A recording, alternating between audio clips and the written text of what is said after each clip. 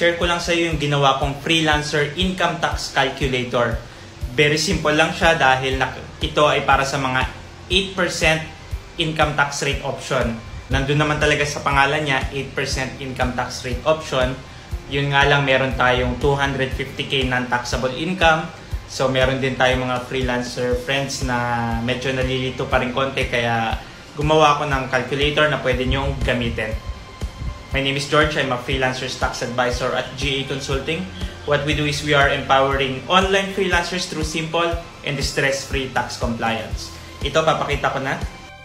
Punta ka lang sa gaconsulting.com, tapos scroll down ka sa pinakababa. Meron dyan link. Ayan, no? Freelancer Income Tax Calculator. Click mo lang yan. And then, pupunta ka dito sa page. And then, click mo yung access the income tax calculator. Pupunta ka sa Google Sheet. Ayan na yung unang example natin for 1 million. Punta ka lang upper left, click file, make copy para meron ka ng sarili mo katulad nito. Tapos pwede mo na i-check kung magkano yung income mo at kung magkano yung magiging tax mo. Useful to pag gusto mong i-check for your budgeting purposes at estimate na rin kung di ka pa registered, diba? Kung magkano ba yung tax mo sa current income mo.